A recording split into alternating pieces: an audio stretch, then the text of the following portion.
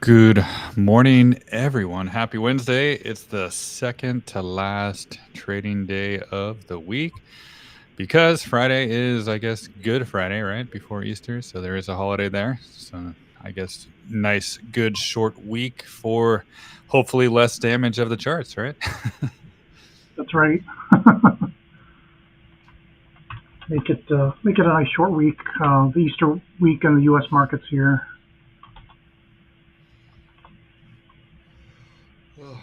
Yeah. So I think the talk of the town is Nvidia today. Everybody's worried about that. Everybody's worried about things crashing back down to break the support below. But so far, when I just look at the charts, I guess I can jump right into it and just take a look here at the SPY. And we can see that, yeah, price earlier in the week, it came close to resistance of the 1.414. And I've been mentioning the whole week, ever since Monday, that essentially it could even easily go back down to the 1.272 and retest that fib. And I think that's kind of what we're seeing. We're in the middle of that process. And could it go back down there today or tomorrow? Yeah, it sure could. So I don't think it's anything abnormal. I think what it's doing is just a normal reaction close to resistance, can't break above, goes back down to retest support. We see that all the time. And with the QQQ, we can go to here and take a look and see that price is essentially, it did hit the 1.272 exactly, right? It got to 465.05 and then got rejected. So I think we're seeing a normal reaction there as well, regardless of any kind of news narrative right there. So I have mentioned the whole week that it could come back down to the 100-week moving average as well, which is 440. So we're still in that same range. And that's kind of a just not out of the question, right? It's just normal. So can't break above, goes back down to retest support. IWM, we can see that too, that it almost got to the 189.33, got rejected, and now it's coming back down a little bit as well. So I think it's just normal reactions overall. We can take a look at NVIDIA as well, just to, so I know people are going to talk about it. And I think it's normal because look at this. Look at where they released that news, right? They waited until price got pretty much to the conversion line of the weekly Ichimoku cloud, and then the news released. And then, yeah, of course, they're going to send it lower. But I think, like I said earlier as well, I think I said last week that if price can't get above the cloud, there is a risk of it going back down to touch the bottom of the cloud area back in the 90s. So right now it is still holding around 105, but is it possible to go back to the bottom of the cloud zone? Yeah, it sure is, right? So they released the news, right at resistance. People think it's scary, but in actuality, it's still in the same range that it has been for the past couple of weeks. So nothing really is out of the ordinary. In my opinion, can it go lower? Yes, it can. And I have actually been telling my Patreon people that as well. So this is not surprising to me in the least.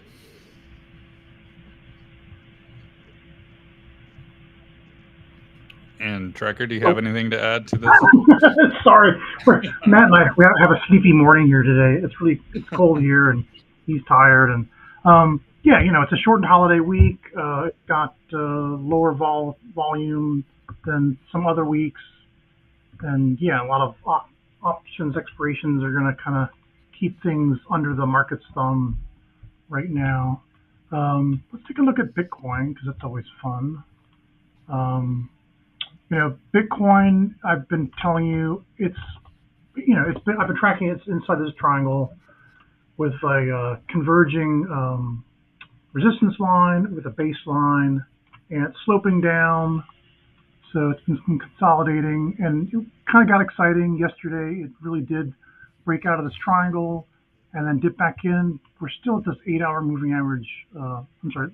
Yeah, my 8-hour moving average 75, and on the 4-hour, I think it's right at the we're under the baseline, but above that as well. So here's something interesting. I drew this is the Ichimoku cloud from the daily. I just kind of took the daily Ichimoku cloud and I drew the shape. And so you can kind of see between the daily Ichimoku cloud and this is the 8-hour chart. This is the 8-hour Ichimoku cloud. It's probably just kind of caught in here between the two of them for a little while. So let's just see if it goes sideways and doesn't go lower than 81,590, 511 when it gets to this point. More consolidation, but I don't know. I'm ready to see Bitcoin break out. If it doesn't, if it's getting tight down here, so if it spends a lot of time up here, it won't go down very much more, but it would make a new lower low than 74,000 if it did one more touch to the bottom of this triangle. I don't think it's going to go. I don't think it's going to plunge out of this range. I think it wants to go up out of this triangle. So it's just a matter of if we're going now or if it's going to get delayed one more time, one more spook, and then out. Something like, um, is it going to do this? I hope not, because that'd just be unnecessarily terrifying. But anyway, Bitcoin watch continues. XRP looks really strong. Other things are looking pretty good. So we're just waiting to see Bitcoin to really move up and out of this, away from this triangle. And I've got this arrow drawn right here. It should go to at least the 382 extension, 109,000, which is, wait, it's not that arrow. It's arrows from something else. But yeah, from where we are right now, at least 30% higher is what I'm watching for. Do you want to talk about Bitcoin too? Yeah, I can. Or I can go to Tesla? I can jump on Bitcoin just to show some stuff. And I see good morning, RG, Crocs, and Soul. We'll get to those a little bit. But let's go to my Bitcoin chart. And we can see that, yeah, price came back down to retest that 83,558. And I was actually waiting for that because since it broke down, even back in February of 2025, every single weekly candle has touched that fib level. So it would just make sense for it to go back down and back test it as well. And I'm looking for it to hold. So far it is holding, and that's the only thing I'm really looking at for Bitcoin right there. So yeah, you can jump on Tesla. Yeah. Well, actually, stay on your chart for a second. So I mentioned that at the end of Matt's talk yesterday, like right here on his chart, I can easily see price going up to the 102,000, that his 1618, and then just before it breaks out, it does one last grab all the way back to the 141, and then back to one, then it breaks out.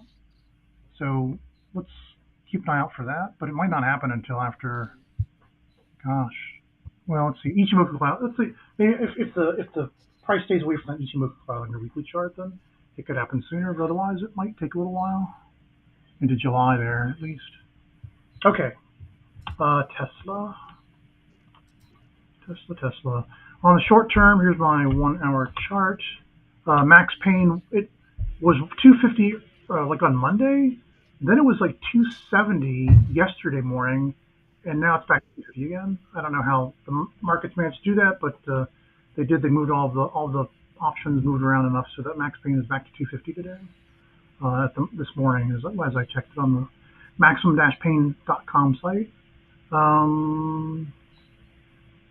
Yeah, I'm looking for. You can see a big buy order block. Everyone wants to buy it down here, 246.47. We wicked down there this morning at 4 a.m. and back above it. So yeah, I think 246 will hold. And all it wants to do today is like it could do another run up to get people excited to buy a bunch of call options and then fall back down to 250 tomorrow.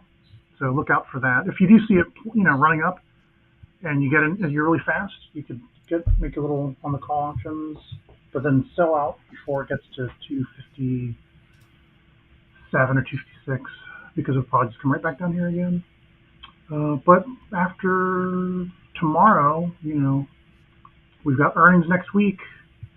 I just don't know. Most people are concerned about earnings. Let's see. I want to see where price is the day before earnings or the day of earnings. Because usually what it does is likes to go opposite. So like if price is higher, it'll go down a little bit and then up after earnings. But if price is down low, I don't know. Maybe something on the earnings will make it take off from there, and that'll be the catalyst.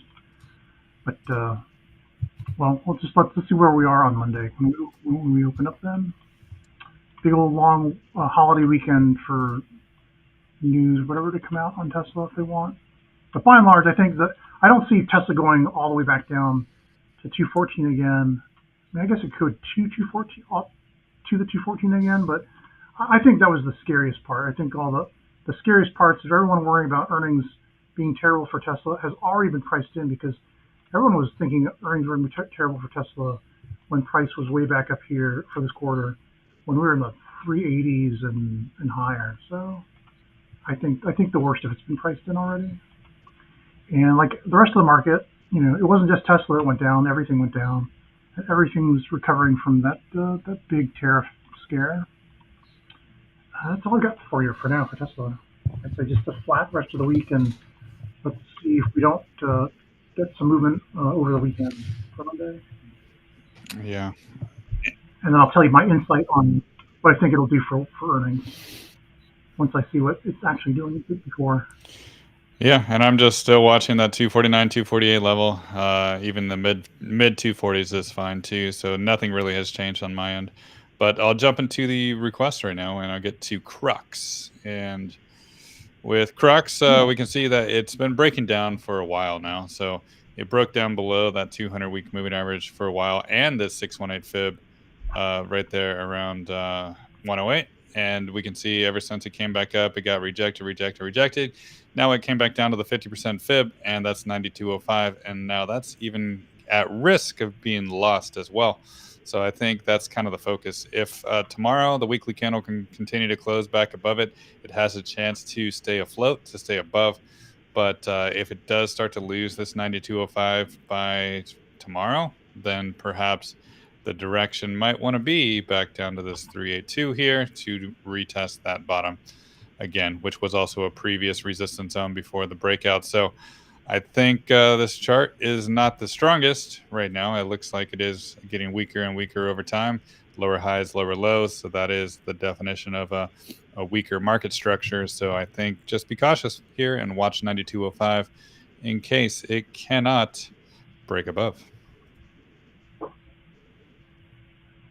Yeah, I've got Croc's chart too. Mine doesn't look so bad. It actually Croc's did pretty well for the correction here. So yeah, here's an 8-hour chart. So my large degree wave one was this high of 183, and then the wave two bottoms down here at 4608, and so then it made a higher high, higher low, higher high, and it's still a higher low. It basically went to the 618, 236. So when I see a chart that goes wave three sub one to the 618 and the wave three sub two go to 236, I look for the 1236. So I think it's going to go up in 5 waves to 272.38 next.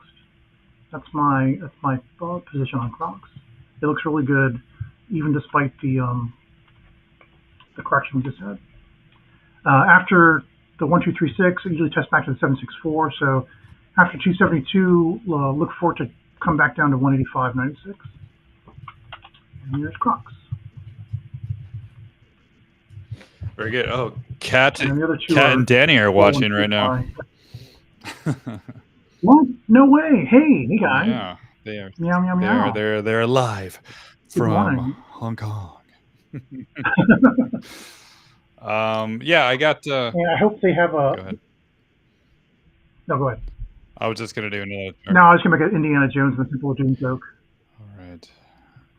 At the beginning of Indiana Jones and the Temple of Doom, they have that opening number, "Anything Goes" from South Seas Pacific, and I hope they get to enjoy a nice show on their cruise like that. Yeah. They won't be Kate Capshaw, of course. All right. Well, they can jump on the live stream if they wanted to. I sent them the link. It's up to them. So. Oh, fun. We'll see here. Let's go to Solana Sol. So Solana, here's my chart. It's holding. It's back above the 786, and it's going back down to retest it again.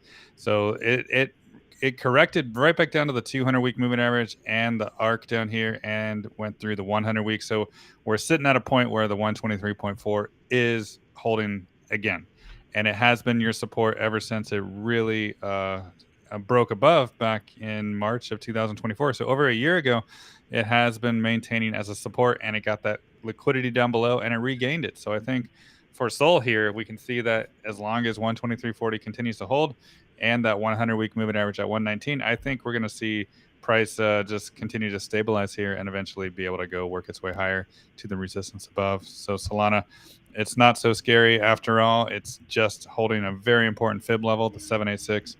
If that can continue, then I think good things to come.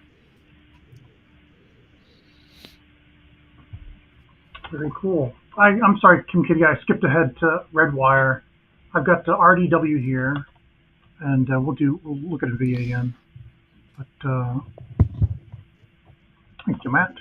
RDW, I'm looking at a sort of a lifetime wave one, wave two, from the 167 bottom to the $27 top, and that came down, and $6.61 was its wave two support. So at minimum, I always look for the 382.236. Now, I mean, it could do like a 618.236, and if it goes more than 618, if it goes to 764, then I move the whole chart up to the 382. But right now, just the bare minimum. Let's look for a 382.236, and you can see there's a sell order block right there going into that 1616 level. So again, usually if the 236 is going to be support, look for resistance going through $12.51 for Redwire. But once it gets it, flips it to support and can go higher. Let's see what happens at 1616. If it throws it back down, 1251 should be your support, and then after the 236, it goes to the 1236. So 3750. So you can take here's the whole chart if you want to take a screenshot of it. That's my prediction right now. If for some reason it went to, if it goes higher to the, let's for 382, that's where it goes to 1382, 100%, 2382. So I've got just a few patterns that these charts tend to like to follow. But this is the starting one. You start with the 382 and see where it goes from there. All right, there's Redwire. All right, and I got SoFi ready. Great. So SoFi, my chart here, it basically lost my 45-degree angle a couple weeks ago, and then it came back up and flipped it to a resistance, and now it's working on maintaining this 50% fib over here, the 1095, and the 50-week moving average at 1082. So it is a little bit below it right now, but the week is still not over yet. So let's see how it develops and finishes the week. If it can reclaim this support zone here, the 1095 area, then I think it has potential to start to stabilize around there. But if it starts to close again underneath here, then your support is really going to still be that 200-week moving average down below, which is around 956. So I think it all depends on price right now, right? 1095, if it wants to reclaim that as a support. If so, I can see it going and making moves towards the resistance above again in the 11s and 12s. But if not, then we might need to retest lower again first before going higher. But there is really no change for the last couple of weeks. It's still in the same kind of range, right? The last 2 weeks went all the way back down here. So I think it does have that possibility to do that. But it's just in search of stabilizing in this zone. And I don't think it's really going to go lower than this 880s down here. I think that was kind of the low point for that breakout backtest zone for SoFi. So I think the max pain is already factored in there. It's just trying to find its footing, trying to find its foundation. Really cool. Looks like there's some good benefit to getting in SoFi right here. So here's my NVIDIA chart, and I'm going to show it up because I can show you guys a little bit of the closer action. So I still see it as the 1, 2, oh, you know what, actually, no. I have to move this up. See how there's a higher high here than this one, and then a higher low, a lower low. I actually have to change this chart. That's got to go here now. So now this becomes all of the wave 5. So here's my 1, 2. And so these numbers change a little bit. Let me just delete these for a second. So to the minimum 382 is 140.60 now, and the 236 is 119.73. But even more interesting, if you're doing tighter moves, expand this. I've got enough of a 1, 2 here. I can make a prediction on the subwave. So from this bottom right here to this top, and then the support we just came to, if it doesn't go any lower than 104.21 today, or for the rest of the time here anyway, then I would look for, let's say, 382, 236. 36 gets us to the wave one. I kind of just want to stop there. Interesting, interesting. I don't know. Maybe it's gonna go a little bit lower than 104. Um, this is interesting. I'm going to draw this as an ADC for now, and we'll see how it turns out.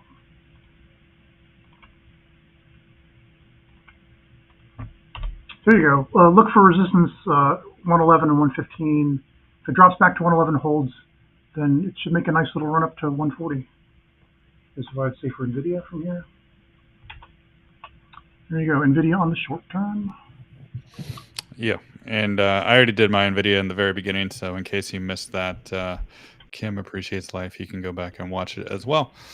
And I do have VRT on deck for me, and I just wanted to pull up this chart and show you guys this GAN that I have. And after getting rejected at the green level, it's basically breaking one support level at a time. And now it's even in danger of staying below this bottom arc. And if that continues there, then I think the true destination is going to be down here, at least, right? I back test at the blue level, and that'll be around 47, or maybe the 200-week moving average 45. So we do have a lot of confluence of support in this zone. Even the 45-degree angle is down there, which was a very important zone in the past, right? So we can see that this could come back down to retest a bunch of levels, especially if it keeps on getting rejected by this arc. So that arc zone is around 71, 72 bucks, and right now pre-market it's below that. So we can see that I think the potential to continue lower is there after this big rejection up here. So with that said, I would be a little bit cautious up here because it's at a resistance zone. Not only that, the 100-week moving average is also at 73.84. So my target, I'm looking for the 40s before any kind of recovery. Ooh. I could definitely see that with your chart. Man, all right. Let me show you my Vertiv. Let's see what to look for if it goes up. Otherwise, definitely keep an eye out for Matt's lower low there. So from 776, this was the 1-2 I was looking at, and then it did all this, which would have been a nice continuation, but it made a new lower low. So now I have to move all this up, and it makes, if bullish, if this goes, let me just put it right there. If this goes bullishly, it actually makes a larger extension now for this chart. I'm going to do it manually right there. So 236, 382, 50%. If 49.59 was the lowest it was going to go, and it didn't go any lower than that, which is contrary to what Matt was just telling you to look out for. Look for the 382, 236, 1236, 764, 2236. Let's get rid of these.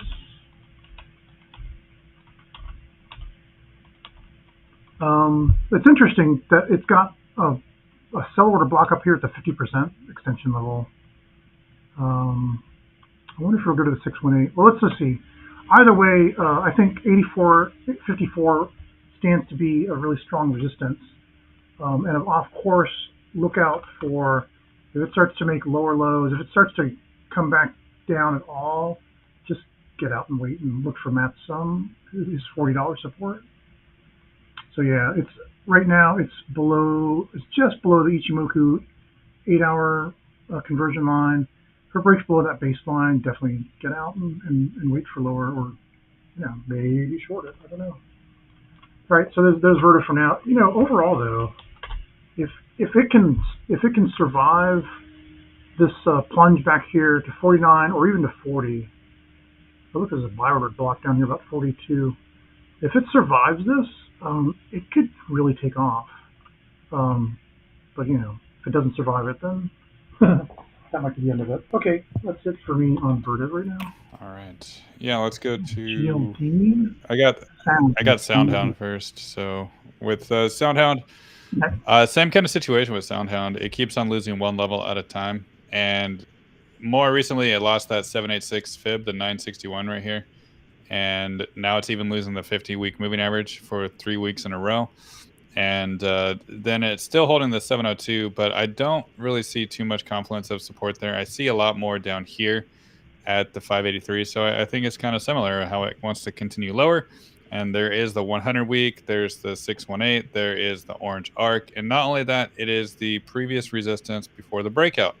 So I think there's a lot of confluence in this area. So I think what I might see with the Soundhound is continue to roll over and go lower before it tries to go higher. But it still is just looking for a higher low, kind of like a lot of other stocks. And I think the market structure is still intact to go higher, but I just think lower first before it really wants to start to break out again.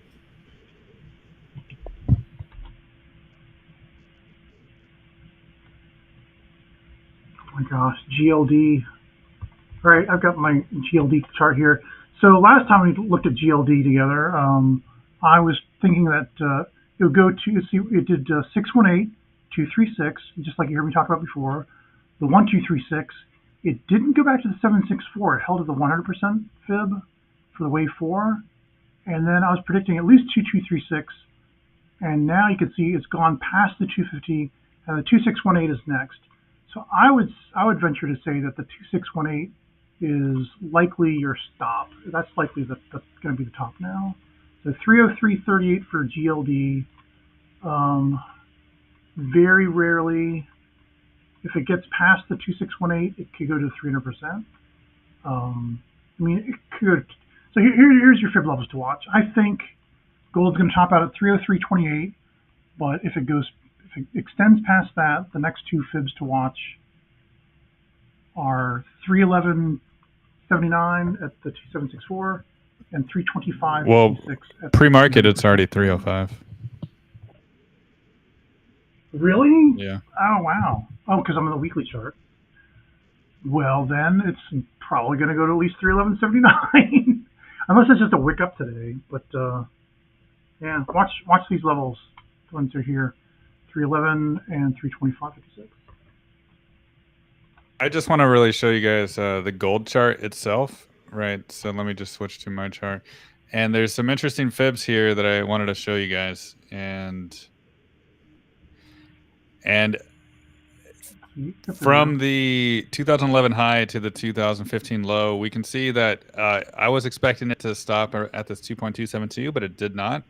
And now it's almost at the 33.35, 2.618. And after that, it's way up here at 4,200. So I don't think it's going to continue in a straight line up there. So it kind of makes sense that these fibs are pretty close together. So that's why I just went past this 272. So now I think we're at a point where it's probably going to start to get rejected. And this 33.35 probably we'll see a wick above, maybe even into the 3,400s or something, just to get all that liquidity above there, and then maybe start to go down. But I don't think it's going to flip this level to a support on the first try. So these are monthly candles as well. They take a while to play out. So I think what we're going to just see is maybe some consolidation here and maybe even retest the 3,000 level in the future. So I don't think we're just going to go straight up to the 4,000. Do I think it'll eventually get there? Yeah, of course. Like over time it will, but I don't think so immediately. So we're at a point where it's just approaching like escape velocity, really, right? It just keeps melting up, but I don't think that's really sustainable, especially it's getting to this 2.618 fib. Mm-hmm. And well, I just want to say thanks, Low Gains, for it's good to be back. And Kat and Danny, miss you guys. Hope you have a great time at the cruise. And when you get back, Kat, we'll have to do another triumvirate together. And maybe Danny can come in too if he wants for a little bit. That'd be great. Yeah. What? You can tell us all about your trip. Anything else to add, Tracker? You wanted to do any other chart, or just call it a day and see you tomorrow? I can. No, I don't see any more requests. Let me show you a few things that I'm watching. There's well, here one thing. Uh, this is PTIR. It's the 2X ETF of Palantir. And like I said in the past, sometimes these 2X ETFs are actually a little easier to track than the underlying themselves. Palantir has been on a crazy tear. Um, I'm looking for, as far as PTIR goes, I'm looking for just the 382 at a minimum. It's already above the 236, so here's the 382. And if it stops at 193.10, then it pushes it back down to the 236 for support again at 148.79. So from where we closed, no, this is a 15-minute chart. From where we are right now, that is a 17% increase to peak out there. And then if you aren't in it and you just want to wait for it to get back to 148.79, the next sequence, the next run in this, I should really do an 8-hour chart.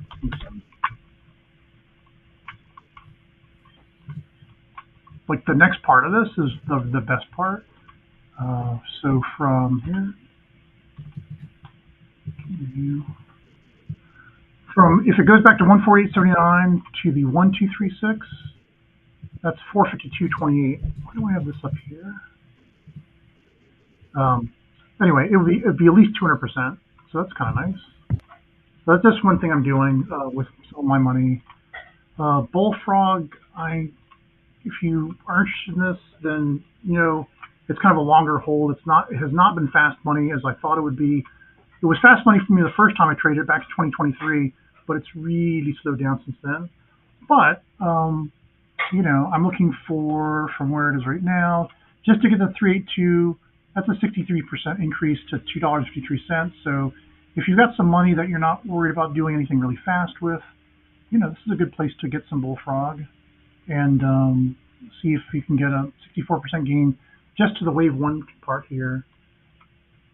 But I think this could be the Palantir of medicine stocks. It's a company that they've got an AI engine that could possibly solve all human disease over time. So anyway, it's a really cheap stock that I think could do really well in the long term. HIMS, we talked about this yesterday. This is another one I'm doing. I think it's got a really good risk reward from where we are now in pre-market to just the 382 is 56% higher, almost 57% higher. And then back to the 236. The best part of this is the wave from 2 to all of wave 3 complete. And that would take us to this 1236, which is 161% higher. So HIMS will look really good off of the 36.58. Anything, so you can buy it now, and you're getting it below the 236. I think is it at 11.4? I think it's hanging around 11.4.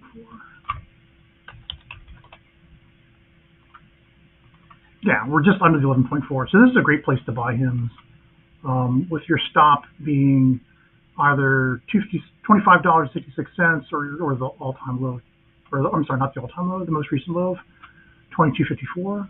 But yeah, I think this is a good risk reward setup for him. And I think that's all I wanted to say, and we can let Matt go here. You're welcome. Kim Appreciates Life. Did I do RDW? I did RDW, Yeah, didn't I? Let's ask it for it again. Just go back and I've got RDW done. I'm looking for 1616 with initial resistance at 1251. So it should go 1251, then 1616, then back to 1251. But how about any last words from you, Matt? And then we can let everyone get back. Yeah, I mean, just what I said in the morning when I just opened the show, that I'm just looking at everything basically opened the week around resistance. So it's kind of understandable how we're seeing things sell off back down to support. So let's just watch how the weekly candles close and tomorrow, and we'll go from there. But essentially, I don't see any panic. I do see gold skyrocketing, but it's just skyrocketing right up to resistance. So I don't think that's also a concern. So we'll just take it one step at a time. And I think what we're seeing now is normal. Yeah, look at gold as sort of a fever train. They can't stop it on a dime. So the inertia has been up. So it's still coasting up until it stops going and it all crashes down. Yeah. It's just how it is sometimes. All right. Well, that's it for me. We'll This is just me drawing this cloud. see you tomorrow, Tracker. Yeah. Yeah, we'll do it again tomorrow, and then wish everyone a holiday weekend. I just thought this would be kind of All right. fun. Let me see. Comparing this to the daily chart, Ichimoku. So it looks like Spot really wants to get back up here. It's in the weekly cloud here, but the daily cloud kind of wants it. They kind of converge right here on May 5th. Oh, right. It's the old adage, sell in May and go away, right? So we'll see if that holds up this May or not. But this is kind of interesting. I'd like to see if it ends up going like this, and then if it does that. All right, we'll talk about this again later. See you guys. Have a great rest of the day, and we'll see you tomorrow morning. All right. See you guys. Bye bye. Thanks, everybody.